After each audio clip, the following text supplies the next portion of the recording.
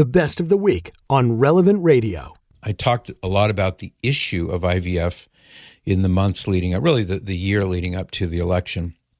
And I would speak about it on the radio. I would talk about the evils of IVF and the countless unborn human beings who are killed through the process of IVF. And it was staggering to me to realize just how unfamiliar with IVF the average person is. They don't realize what it is and what it does and why it's immoral. I see people yammering away on social media right now about how, well, it can be done in a moral way. No, it cannot. IVF cannot be done in a moral way, even if you only conceive one child at a time, one embryo at a time, and that embryo is introduced into the mother's womb.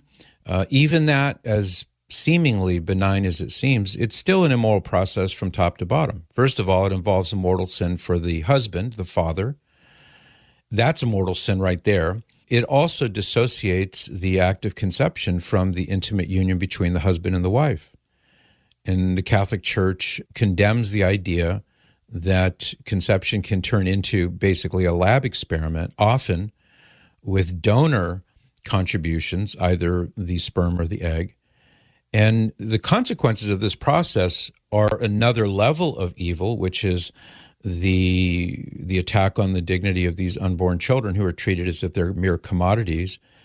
And 3, 4, 5, 6, 7, 8, however many embryos to choose from when they get to that stage. And they say, well, we don't want that one. We'll take this one. And then that one, just get rid of that one. We don't want that one. Let's put the other ones on ice.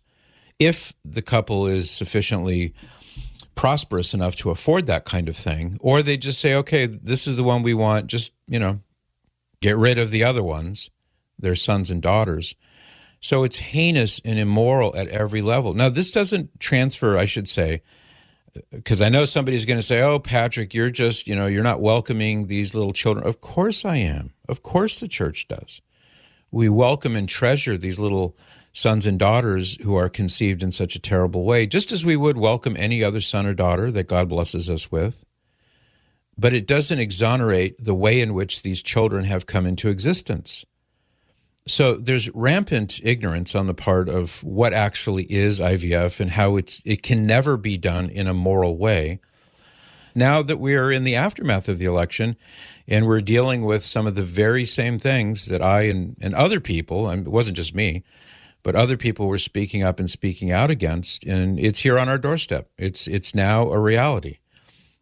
I'm pro-life. You're pro-life, Cyrus. Everyone here at Relevant Radio is pro-life. And I know most of you out there listening, maybe not all, but most of you are pro-life. And most people, at least until recent years, have always sort of immediately thought of, when you say the word pro-life or the words pro-life, you kind of immediately think of abortion. And Roe versus Wade, and standing up for unborn humans and all those kinds of things. And that's all been true, but pro-life is not reducible to just that category, as urgently important as it is.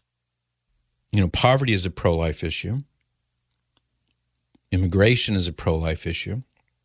And so is IVF. IVF, in vitro fertilization, in vitro is Latin for in glass. They call it that because that's where the conception takes place. They bring together the ovum and the sperm in a glass, like a petri dish, if you remember back to your high school biology days, or a beaker. It's in glass, in other words. That's why it's called in vitro, because that's where the conception takes place. And the ignorance on the part of some people I see on social media is breathtaking. It can be done in a moral way, they say. No, it cannot. It cannot be done in a moral way. Now, presuming, of course, that you acknowledge morality, and more specifically, in terms of clarity, if you acknowledge Catholic morality, you can see that at every level, at every step, IVF is immoral. How can that be, you say? Well, think about how the process works in terms of, let's just say in roundabout terms, the contributions made by the mother and the father. Follow what I'm saying? It starts with a mortal sin for the father. Now, You may say, well, aren't there sort of like workarounds where it wouldn't have to involve a mortal sin, and maybe under certain circumstances there can be, this, that, and the other? Well, theoretically, that's true. But in actual fact, in practical reality, that's virtually never true. I mean, I would argue it's probably never, ever true that those workarounds might be employed. Rather, it begins with a mortal sin by the father. That's step one. Step two, it dissociates. I'm talking about IVF here. In vitro. Don't forget the meaning. In vitro means in glass. It's a lab experiment. And it's conducted by third parties in a clinical laboratory setting that divorces it completely from the God-ordained manner of procreation, which is the intimacy between the husband and the wife in the marital embrace. No more need be said about that because it's obvious. And it's different from getting a knee replacement or a hip replacement. This is the very act of life itself, the very act of procreation itself. And God, all the way back to the Garden of Eden with Adam and Eve, he ordained that this is to take place within that context of marital intimacy. Now, the other problems are extensions of the first two problems. So if somebody says to you, well, why can't we just do IVF in a moral way? Well, that's why, because the act itself, not to mention the mortal sin involved on the part of the father, is sufficiently immoral in itself to say this is verboten. Don't do this. This is not moral. You can't do it. So let's establish that fact. The second thing is that by extension now you get into other evils, not to mention the first of which is the commodification of these unborn children. They are now commodities. They're accessories. Oh, we don't want that one. We'll take this one. Oh, wait, is this one going to have blue eyes? Well, it looks pretty good that this one will have blue eyes. Plus, it's a girl. Oh, I don't really want a girl. I want a baby with blue eyes. Well, none of these have blue eyes. And, one out of the 5 embryos you have here is a boy. Well, let's start over again. What? Yeah, let's start over again. Well, what do we do with these? We'll just get rid of those. We'll start over again. That happens. Or perhaps over the course of the treatment, and this is not like you go in that day and it's suddenly done and over that day. This takes a long time. This takes weeks, months. It's not a quick process. But the result is you now have embryos, zygotes in the stage before that. These are little bitty human beings. They're unborn children. Yes, they're a clump of cells. You're a clump of cells. I'm a clump of cells. That's a meaningless argument that we get from the pro-abortion people. Everybody's a clump of cells. That's just the kind of clump of cells that you looked like when you were at that stage of your human development. That's all. Pressing forward, so we have the attack on the dignity of human beings insofar as they're not even allowed to have the right to come into existence through the love, the mutual love of their parents. And they don't even necessarily know their parents if they're permitted to live and come to term and grow up. Many of these poor people, they don't even know who their parents are. Some dude supplied his portion, his contribution, whoever he may be. It doesn't even touch upon the issue of rent-a-wombs in terms of surrogacy, which is another horrible evil. But let's just look at the immediate aftermath. So now you've got what is typically in the IVF industry, there is very rarely only one conception. Typically, overwhelmingly, you have several, and in some cases more than several. You've got many that over time have been created. So how many is that? I mean, 3, 4, 5, 6, 7, 8, 9, 10 in some cases, which leads to the next evil, which is you have a choice. You either you pick the one that you want, so that's where the accessorizing comes in. We'd like a boy with blue eyes, or we'd like a girl with red hair, whatever your choice is.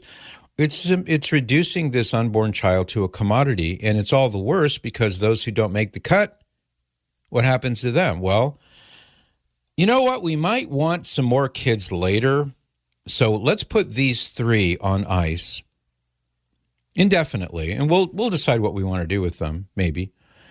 And then the other 3, let's just get rid of those because we know we don't want those for whatever reason. Do you see the horror in this? Imagine it were you. Imagine if it were you who's in that laboratory and people are making decisions about whether or not you're even going to be allowed to come to term. And if they think, you might do well at a later point, so we're just going to stick you in that freezer over there.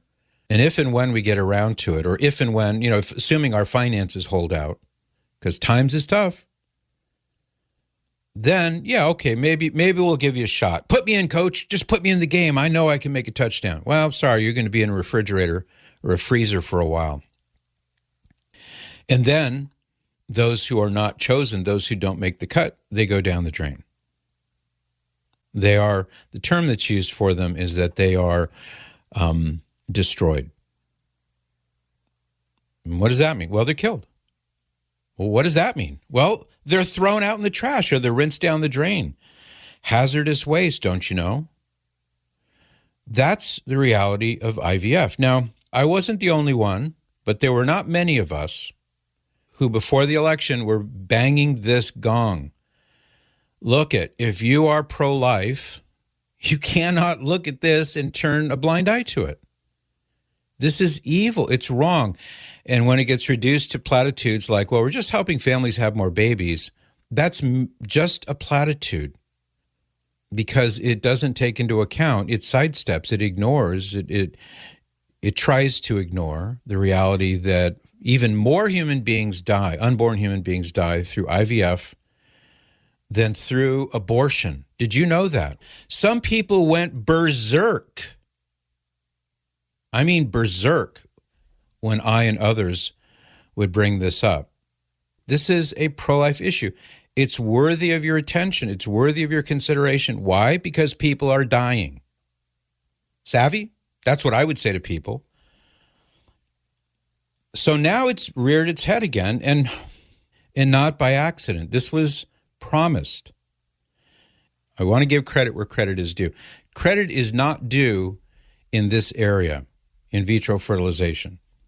This is not the right thing. This in vitro fertilization push with the new executive order expanding in vitro fertilization is the wrong thing to do. So as I say, I've been banging that gong, as have others, but they got shouted down and people went berserk at the very mention of this. But now, okay, the election has come and gone. A new administration is here. Some really good things are happening. Yeah, I'm all in favor of that. But this is not one of them. And do not be fooled by people who tell you, oh, just turn a blind eye to it. It's not a big deal. It's just helping families have more babies. Because that's just happy talk. And lastly, I'll leave it at this. If you deem yourself to be pro-life, and I hope you are, you cannot ignore IVF and be truly pro-life. Because then what the scoffers typically on the left say about you is, oh, you really only care about unborn babies. But you don't even really care about all the unborn babies, just some of the unborn babies who are going to be snuffed out through abortion. But what about the ones being snuffed out through IVF? Well, I guess you really don't care about them, do you? So it's kind of like pro-life with an asterisk next to it, qualifier. And you don't want to be that way, and I don't want to be that way, because here's the last thing, because eventually when my life ends, I have to stand before God and give an account of my life. And he, on his clipboard during my exit interview, he knows that I had opportunities to speak out on a national level.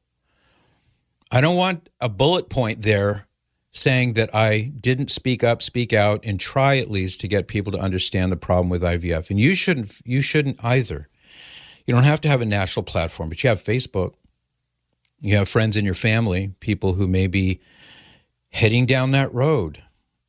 So please, I implore you, do not be fooled by the rhetoric on any side of this issue. IVF is a grave moral evil. The church clearly condemns it, always has. I mean, for as long as it's been around, which isn't that long. And if you treasure membership in the pro-life movement, then don't put an asterisk next to your name with pro-life asterisk, because that's what caving in on IVF will do. You have to be consistent. We all do.